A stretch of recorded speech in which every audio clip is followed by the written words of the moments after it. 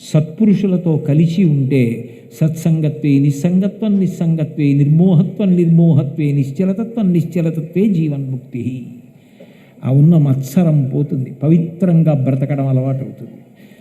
ఈ మార్పు లోపల తీసుకురావడమే గురువు దగ్గర దీక్షగా ప్రారంభమై ఇరుముడిని తలలో పెట్టుకొని కొబ్బరి కురిడిని తీసుకెళ్ళి ఆ కాయని అగ్నిహోత్రంలో వేసి 18వ మెట్టెక్కి చిన్ముద్ర పట్టి నవ్వుతున్న అయ్యప్పని చూద్దాం.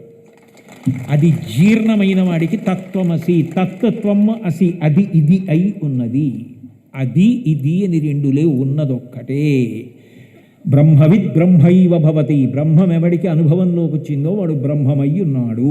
అప్పుడది అద్వైతానుభూతి, అది మోక్షం.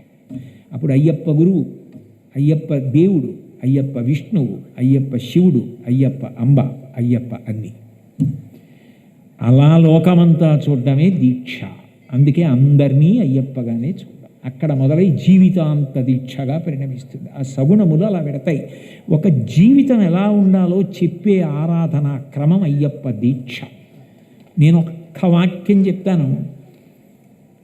నా వ్యక్తిగతమైనటువంటి ఆలోచనలో సనాతన ధర్మానికి కలుగుతున్న పెను ప్రమాదముల నుంచి కాపాడి ఇప్పటికీ అందరినీ పొదివి పట్టి సనాతన ధర్మ మార్గంలో చెయ్యి పట్టి నడిపించి కొన్ని కోట్ల మందికి ఈ విశ్వాసాన్ని ఇలా నిలబెడుతున్న దైవం ఇవాళ అయ్యప్ప.